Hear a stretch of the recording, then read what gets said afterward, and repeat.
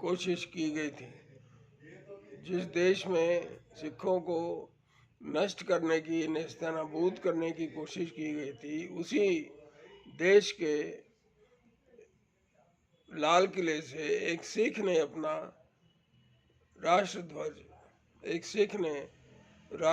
फहराया था। इस प्रकार मुगल डायनेस्टी की हार पूरी हुई थी। लेकिन उसके कुछ साल बाद डॉक्टर मनमोहन सिंह ने एक भाषण दिया India Islamic centre Lodhi road पर कि भारत के संसाधनों पर मुसलमानों का अधिकार पहला है।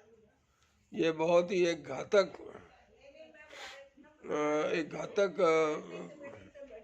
स्पीच थी जो उन्होंने दी थी, और इस वजह से हिंदुओं को पता लग गया कि ये एक एंटी हिंदू सरकार है।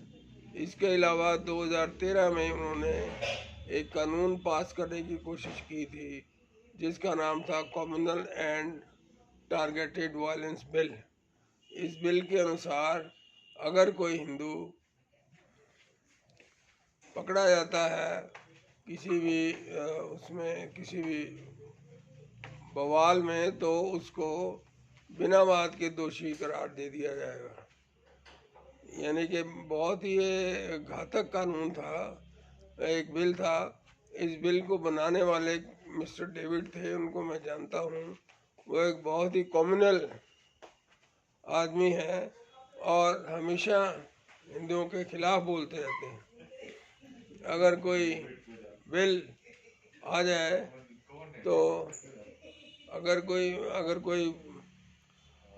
वो बिल पास हो जाता तो हिंदुओं को गुलाम बनाने से कोई रोक नहीं सकता था, क्योंकि उस बिल में ये भी था कि अगर कोई मुसलमान ये शिकायत कर दे कि फलाना कमरा खाली है तो वो उसको मिल जाता था। उसको सिर्फ लिख के देना होता था लोकल अथॉरिटीज़ को कि फलाना कमरा खाली है और उसको चाहिए, तो वो उसको मिल जाएगा। इस तरह से इतने ड्रैकोनियन कानून बना दिए गए थे, और ऐसे कई कानून बने हैं जो हिंदुओं के खिलाफ हैं, लेकिन ये सब कांग्रेस ने ही बनाए हैं। तो इस तरह से ये कह देना कि पहला हक जो है उन्हीं का है, ये तो हिंदुओं को फिर सेकंड क्लास सिटीजन बनाने वाली बात है। तो अच्छा हुआ वो कानून जो है ना, वो बिल पास नहीं हुआ और सरकार चली गई। डॉक्टर मनमोहन सिंह की सरकार चली गई। धन्यवाद।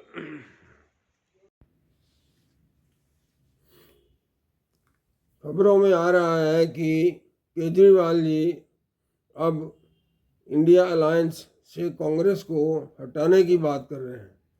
ये केवल एक दिखावा है, लोगों को दिखाने के लिए कि हम कांग्रेस के साथ नहीं हैं और कांग्रेस के खिलाफ हैं, ताकि जो न्यूट्रल वोट हैं वो उनको मिल जाए, और साथ में जो प्रो कांग्रेस लोग हैं वो उनके साथ आ जाएं।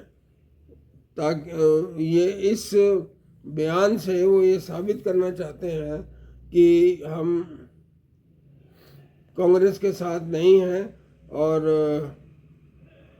कांग्रेस के जो वोट है वो हमें मिल जाए। कांग्रेस को कमज़ोर करने की ये साजिश है, इसलिए उनकी बात पर कोई विश्वास नहीं करना चाहिए। आज से 12 साल पहले ये भी खांसते रहते थे जब वो धरने पर बैठते थे, और ये 2-3 दिन पहले वो इंटरव्यू मैंने सारा देखा था, उसमें बार बार वो खांस रहे थे। टीवी के सामने बैठ के न्यूज़ 24 इंटरव्यू में बैठ के बार बार ये खांस रहे थे। क्या अभी तक इनकी खांसी ठीक नहीं हुई? जो आदमी अपनी सेहत ठीक नहीं कर सकता, चीफ मिनिस्टर होने के बावजूद भी, वो दूसरों की सेहत का क्या इलाज कर सकता है? क्या दिल्ली में कोई भी मोहल्ला क्लिनिक ऐसा नहीं है जहाँ की दवाई इनको सूट ना करती हो, या जिसकी दवाई इनको ठीक ना कर सकती हो? ऐसे झूठे आदमी के साथ जो है ना, कभी भी उसके ऊपर विश्वास नहीं करना चाहिए। और इससे बच के रहना चाहिए। ये एक झूठों की पार्टी है, इसलिए जनता को बच के रहना चाहिए अगले आने वाले इलेक्शन में।